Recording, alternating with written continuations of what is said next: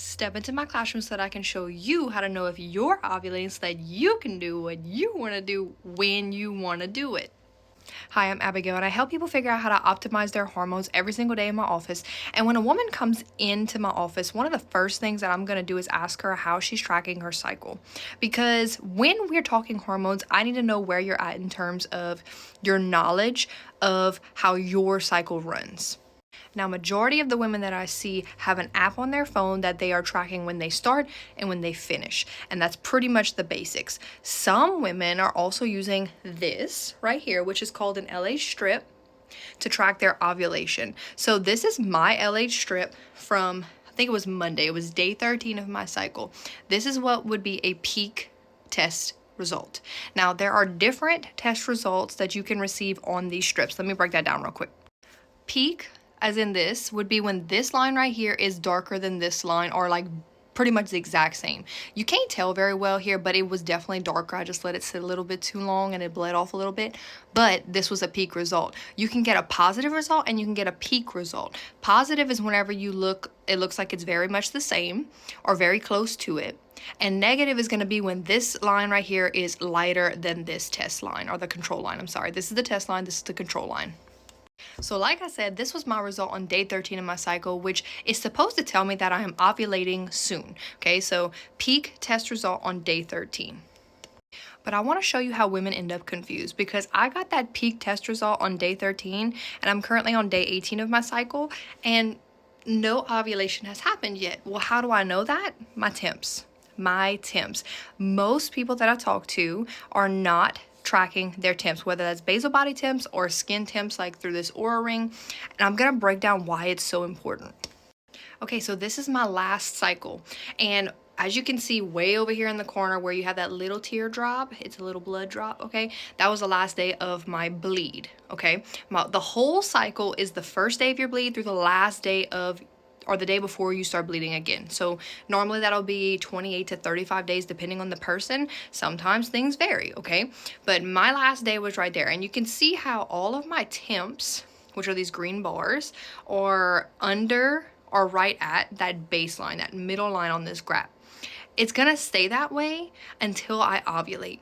When I ovulate, I'm going to see this rise in temp. So this uptick, this little triangular pattern, I don't really know what the fancy scientists would call that. I don't know. But when the temps go up, you can see that the progesterone in your body is rising. And if you did not ovulate, you're not going to have this rise in temps. Now watch this. This is my current cycle again. Bled all right here. And now when we get to day 17, 18, you can see the temps starting to kind of finagle a little bit, okay? I can't tell you that I ovulated yet. And that's because you have to have 3+ days of a temp rise over that baseline in order to confirm ovulation. If we go back to this one, I'm seeing that I ovulated around day 17, 18, okay? And when my temps go up, you can see that they've been up longer than 3 days. So I know that I ovulated during the cycle. My progesterone is surging. Your progesterone needs to be surging to house a baby if there's a possibility of a baby being in there. Your progesterone has to surge in order to have ovulated. That's what naturally has to happen next. Now, your progesterone is going to surge for about 14 days, okay? Once that cycle is ready to end, you're going to see those temps drop again, and that's when you would start your period.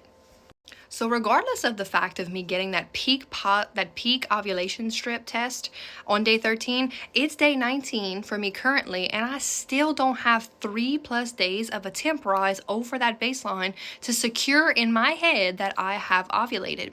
So if I am a woman who is only using an app on my phone, if I'm a woman that is only using LH strips, hold on, like this one, LH strip, can you see how that might be misleading to a female?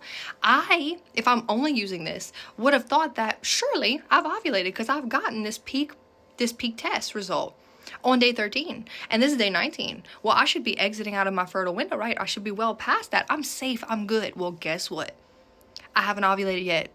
And if I'm only using this and I stop using this, I'm gonna assume that I'm safe and I'm good to go if I'm not trying to conceive right now. But that might not be the case. This is why I tell women it is so important to learn your skin temps and your skin patterns. Because if we're not seeing this rise, I know we have to support you in a different way to get that ovulation back on board. Or you could just be ovulating later than you think you are, and it's happening at a different time in your cycle and you're just not used to that. If you are only using strips, you can't assume anything based off of that. I've gotten a peak test, but I haven't ovulated. Last month, I got a peak test and I ovulated right after that. It can be different all the time depending on what's going on in your environment and your life. But you need to be able to understand what you're looking for in order to confirm that it's a safe time to try, it's a safe time not to try, all these things, okay? So that you can do what you want to do when you want to do it. Now, regardless of if you're trying to conceive, trying to avoid, trying to whatever, you need to know what your cycle is doing. You need to know how your hormones are performing, because that is a vital sign. This is crucial to your health, way more than we've ever been taught to believe, okay? So let me know if you do anything about this. If you did not, or if you want to know more, or if there's something that you're asking questions about, let me know in the comments, because we need to know how to better take care of ourselves and how to better know what's going on in our body so that we can thrive instead of just survive.